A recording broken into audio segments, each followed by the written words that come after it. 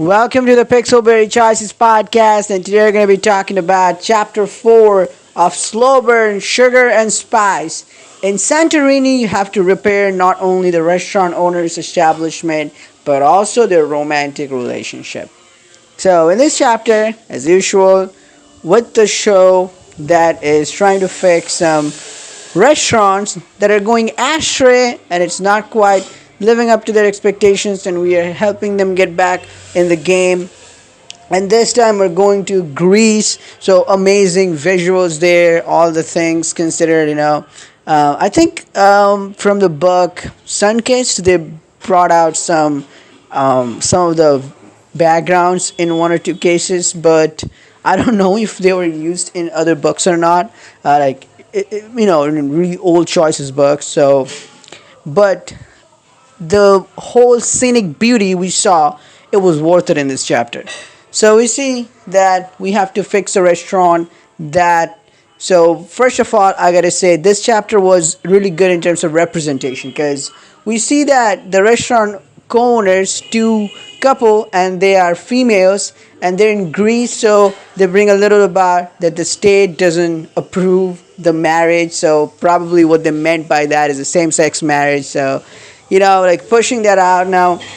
This is really a subtle thing choices did, like in terms of representation. People always talk about we need a different book to represent that and this, but you don't always need to advertise like, oh, this is gonna be for that movement or this. It's just like they just put it so subtly in this, as if it's just so common thing. It's just they don't make any thing out of it, but they just put it in such a way that they try to make it the normal way of life, which it is, but without drawing attention like, oh, they're doing such a exceptional job because they're advertising for it. They're actually not, but it's still in there as a common way of life. I hope that made sense, but all I want to say is that kudos to Choices for again really well representation here. Again reminds me of It Lives when they did with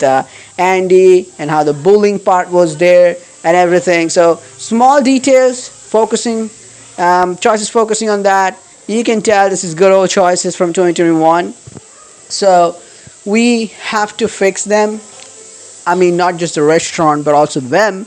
Their fiance at the moment, I think they're engaged and their marriage is coming soon, but they lost the touch. So the whole chapter will be we going back and forth, and even we will get some romantic time too for them.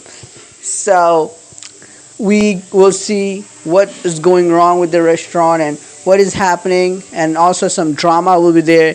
Zara trying to push us a little bit to bring romance into the kitchen a little bit, when Yvette or Everett, the head chef, they're, how they are hot-headed, and they will clearly not be fancying this thing, but we can do that to increase the rating and keep Zara happy. That'll be win-win. And we'll also share some forbidden slow burn time with Yvette or Everett, so that's pretty good. As the book name goes, I think it really lived up to that. And then we will try to bring the spark back, because it feels like the couple not only just left, lost their spark, but also lost the spark that used to drive the restaurant, and it seemed equivalent. Like we are the taste of the world. It's just like the point we're trying to drive home is that the show is just not about fixing restaurant mechanically. It's not a mechanical show. We just fix the dishes, we break things, we renew it. It's not just about that. It's about the connection between the people who are running it. We take care of them emotionally. I think this is the point we're trying to drive home, and you can probably guess we're not there yet, but the notorious villain Vince, I think, and Antoine, he kind of reminds me of that. So when we go against Antoine in this book, and we're gonna win against him, and we know that, of course, the bad guys always lose, right? So I think the point, the parameter that's going to separate Antoine from our main character Yvette and Julia, our team, is that I think it's gonna be that we take care of the people personally, and this is the quality. Just like in America's Most Eligible, it's a lot of flashbacks I got, and we get to fix a fancy date for them in a restaurant, the couples, and we so to get the spark back between them, and we can choose one of the love interest between Julia, Julian, or Everett or Yvette, Everett or Yvette. So I chose Julia. It was amazing. And then we go there, we see the couples bonding really well. And when this will go smoothly, we can have our own time. We can take a nice walk along the beach and the scenic beauty again, the moon, the moment we share, we kiss for the first time as a love interest. I guess it's the first time, yeah, and that was amazing.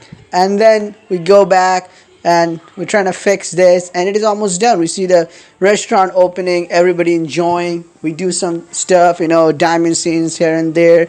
Before we also have a diamond scene of changing outfits. Overall, you just pull your weight. Everybody pulls their weight and gets this restaurant back in shape, and not just the restaurant but the love. And in order to do that, we need to take another. We will listen to the stories, like I said, connecting emotionally on a personal level with the restaurant owners or co-owners here. So we'll listen like how in a flower shop they met when things won't go really well between them. We will visit the flower shop and we'll learn the first recipe they learned together. And we'll say that I want to learn. Our main character wants to learn the recipe too. And in a dimension you can do that. You'll help them bond, and you'll come up with a new recipe also later. And this will really make a happy ending for this chapter.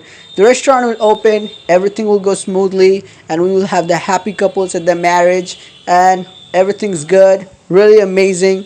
All the things considered, it would be awesome. But at the end, we'll see on the rooftop, I guess, with a very good scenic beauty, we'll see Yvette or Everett there, and we will be magnetically drawn toward them, and we'll kiss them. And thank God there won't be any cameras, or will there be? I mean, what if? I mean, knowing choices, knowing this kind of shows, it has happened millions of times before. I remember Queen Bee. I remember America's Most Eligible. And 1,000 other books and choices, to be honest, where we are kissing this character we shouldn't be. And then we pull back, of course, knowing the gravity of the matter. What could have happened if anyone was around, the crew was around. So, what if someone recorded that? What if we get blackmailed? Well, a million other things can go wrong from here, but it's gonna be worth it. But also one more thing, that this is that's where the chapter ends, and our next goal is the next chapter. But we accomplished our goal of fixing the restaurant. If you pick the diamond scenes and and dealt your cards well, then it's gonna be a smooth sailing for you. But if you didn't take the diamond scenes, and if you pick some wrong options, let me know how the restaurant goes, and does the marriage crash down? Like, what happens? And also, one more thing to mention is that this chapter probably reflected that so far, Yvette or Everett, the head chef, they're really pushed compared to Julia, because you get to choose between Julia and Yvette, who you want to go on a double date with a couple. But here, at the end of the chapter, we see like what seems to be a slow burn or forbiddenness between the two lovers. So on the contrary of our main character, there's going to be Yvette or Everett as opposed to Julia. So sort of Everett and Yvette being the male love interest and Choice's favorite. It is again reflected here. I just wish Julia gets equal time too, not just those options where you get to choose one between the two of them, but also like individual time like this, because so far it seems like Yvette or Everett romantically is the dominant ally here. But let me know your theories moving forward, your thoughts, opinions. I'll see you in the next video. Till then, peace out.